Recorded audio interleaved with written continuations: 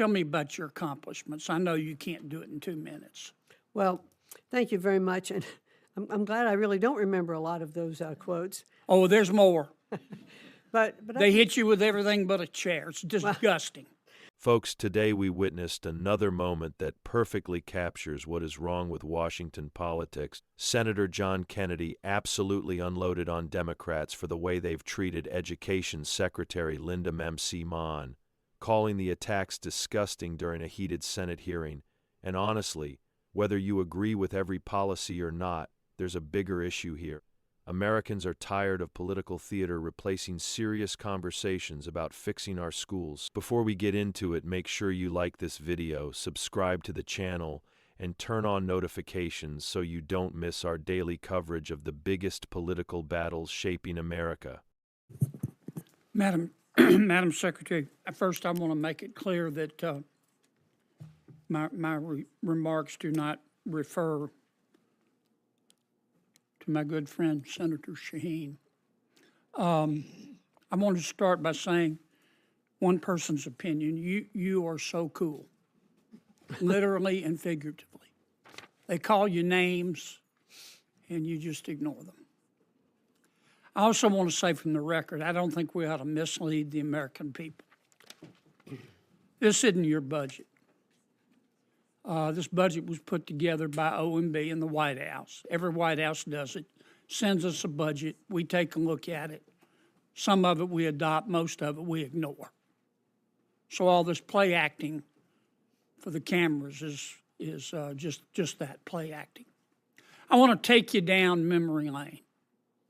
I'm going to come back to the extraordinary job you've done at the Department of Education, which was, when you took it over, was the poster child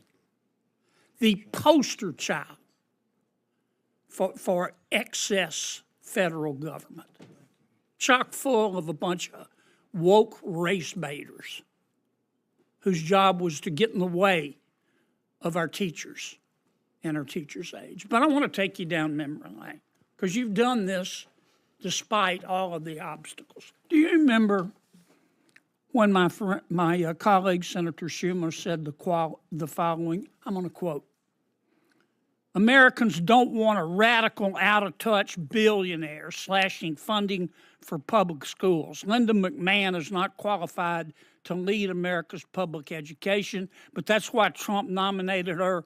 She's the perfect choice to burn our public education system to the ground, end quote. Remember that? I do. You remember when Congressman Mark Pocan, I could be mispronouncing his name, so I apologize, said, quote, Linda McMahon should stick to wrestling. You remember that? I actually don't remember that one. Boy, you can only be young Did once. pretty well with that, though. You can only be young once, but boy, you can always be immature, can't you? Do you remember when The Nation magazine, very, very democratic magazine, published an article entitled Linda McMahon's only qualification as Education Secretary is a history of spreading hate? And this is what they said. Quote, she is 76 years old and wants her legacy to be turning the bigotry that made her so obscenely rich into public policy. She's a simpleton. My God. I want extra time, Madam Chair. Everybody else has gotten it. I have been so impressed with the work that you have done in lifting up elementary and secondary education and trying to whittle down that giant rogue beast that we call the Department of Education, the work you've done on school choice and returning authority back to the states and local government and fighting anti-Semitism and fighting for women's sports. In a couple of minutes, tell me about your accomplishments. I know you can't do it in 2 minutes. Well, thank you very much. And I'm glad I really don't remember a lot of those quotes. Oh, there's more. But They hit you with everything but a chair. It's disgusting. Well, I can tell you what I believe we've accomplished a lot.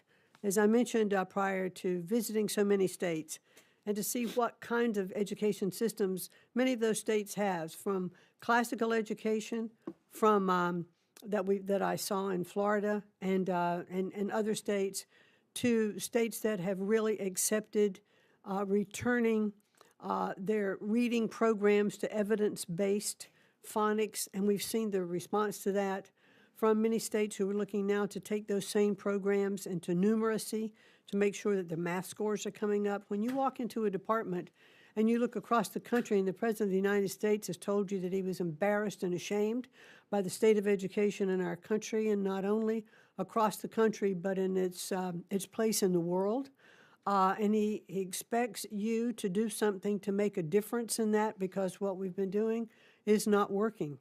The innovations that we have seen to bring the level of schools' reading and math programs up is the innovations in the states. They don't come from the bureaucracy in Washington, D.C. So what I hope to do is to put together a toolkit to leave behind and to share with these states, this is what is working. These are some of the things that we have seen. The Mississippi Miracle. Mississippi was next to last, in reading. You know that very well, Senator. And they, through their own invention, it took about 10 years, but they didn't give up, and they kept doing it. And the steps that they took and made, Louisiana adopted, Florida adopted, Tennessee, other states. And so we have seen through the states' innovation and continued funding, which will continue to come through government programs, they have made a difference. And that's why states are the center of what's going to be successful for them, whether it is looking at their children, with disabilities. That is why in our budget proposal, we have asked for the largest increase, $500 million to go into IDEA funding, because there are more students who need these. So I think that we've made some incredibly significant accomplishments, and we've just begun. I've only been here just a little bit over a year, but we're on the road to continue to look at the states and what we need to help them with their funding to take on more of these programs. And those programs that are federal will stay in the federal government. Title A stays in the federal government. IDEA stays in the federal government to make that funding, but to send it, directly to the states. So I'm pleased with where we've come so far, but we clearly have a lot of work yet to do. Thank you for the opportunity. Thank you for your service. The hearing started with Senator Kennedy making something very clear. He said a lot of what Americans see during these budget hearings is political performance for the cameras. He reminded everyone that White House budgets are always drafted by the administration and OMB, not by individual cabinet secretaries. That's important context the media often leaves out. But then Kennedy shifted gears and directly addressed the attacks Democrats and left-wing media outlets launched against Linda McMahon when she took over the Department of Education. He brought up comments from top Democrats who claimed she would burn public education to the ground. Others mocked her background and questioned her qualifications. Kennedy read some of those statements out loud during the hearing, and his response was simple. The attacks were immature, disrespectful, and completely over the top. And honestly, this is where many Americans are frustrated with modern politics. Instead of debating results, too many politicians immediately jump to personal destruction campaigns anytime someone connected to President Trump enters office. Now here's what stood out to me the most. Kennedy didn't just defend McMahon personally, he defended the broader conservative argument about education reform in America. He pointed out that for years the Department of Education became bloated with bureaucracy while student performance continued to decline. Reading scores dropped, math scores dropped, parents lost confidence in the system. Yet Washington kept demanding more power and more money without delivering real improvements. That's the heart of this debate. Linda McMahon responded by highlighting reforms happening at the state level instead of inside federal bureaucracy. She talked about evidence-based phonics programs improving reading scores and praised states like Mississippi, Florida, Louisiana, and Tennessee for leading innovation. And this is something conservatives have argued for decades. Education works best when decisions are made closer to parents, teachers, and local communities, not dictated by unelected bureaucrats in Washington, D.C. McMahon also emphasized that support for students with disabilities and major federal programs like Title I and IDEA funding would remain in place. That's an important distinction because critics often try to frame every conservative education reform as eliminating education, which simply isn't accurate. The real issue here is control. Should parents and states have more authority over schools?